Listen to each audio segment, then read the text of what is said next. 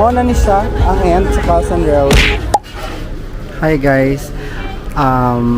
Andito tayo ngayon sa Wat Arn. This is our first day of our tour here in Bangkok. Tapos Wat Arn, actually nakapang temple na ako, yung mga classic pang temple ko na ginagawa akong pajama.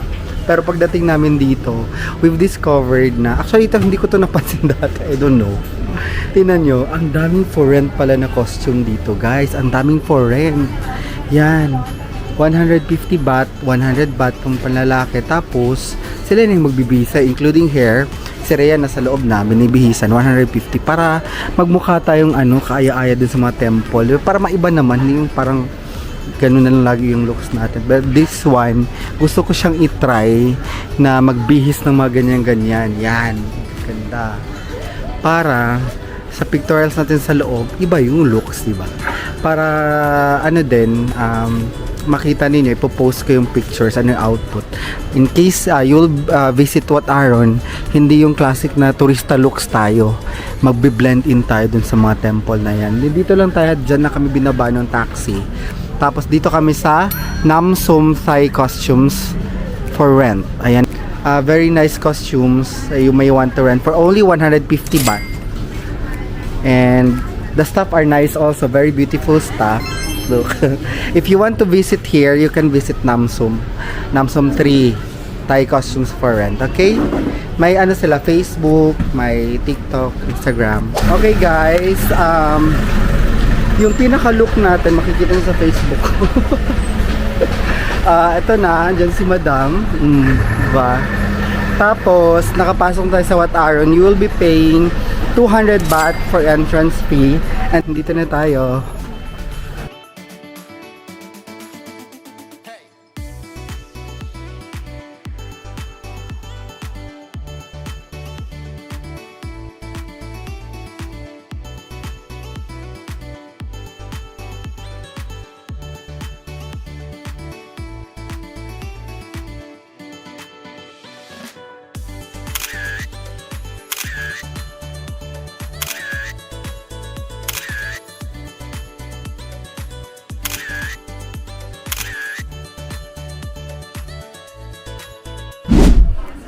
Yes, bila kami napagod sa mga temple.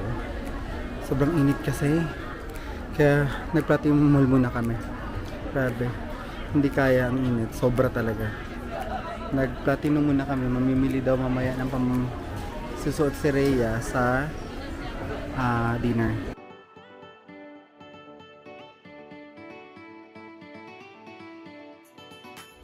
Parang DVD story din dito guys. Medyo lang. Medyo mas maganda nga lang ng mga dalawang dangkal dito sa Divisoria. Gaganda yung mga bagong design, bago sa mata. Tsaka mas ma-quality din.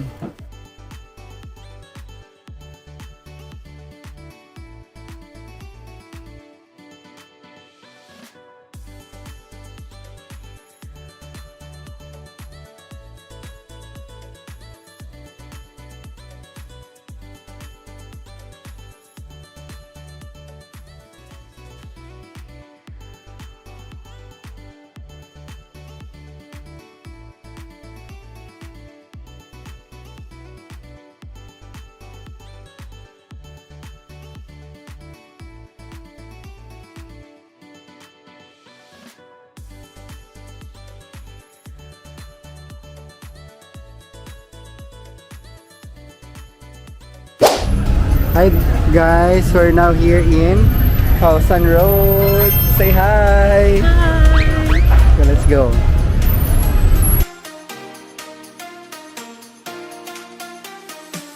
Oh look guys, tunawa ni guys. This alligator. Christina. Agad. Mga exotic. Tapos yung mga fruits. Very nice siya sa gabi guys kay kanang 100 a day na kebab. Ito kay mga famage.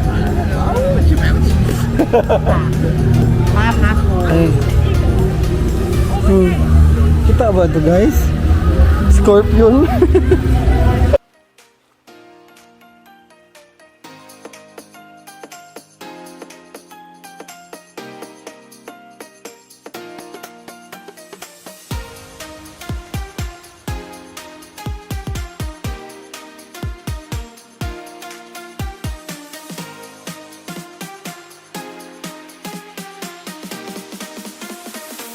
Na scorpion. Idunol ang scorpion guys. Oo.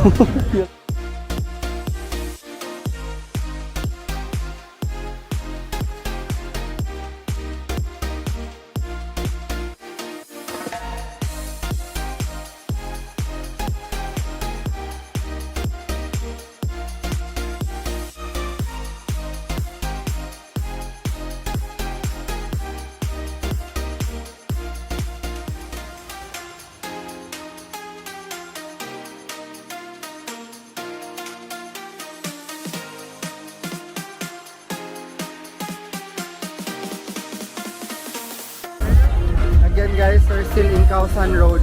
Ang haba niya. Actually, first time ko mag-Causan kasi before, pumunta ako dito ng hapon, wala to lahat.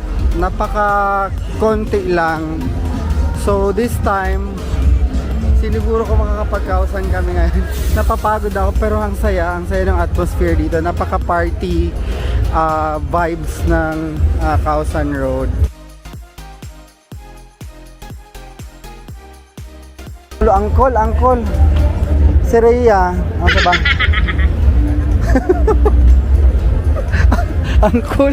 Angkol si Rhea, angkol.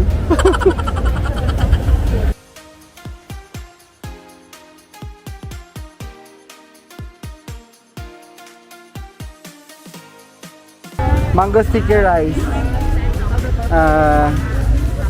Ano siya? Mura siya bikot. Tapos may rice. Yun ani man na siya, oh. Very delicious. Mo na ni siya ang end sa Causan Road. Isa ka stretch of parties, street food, everything.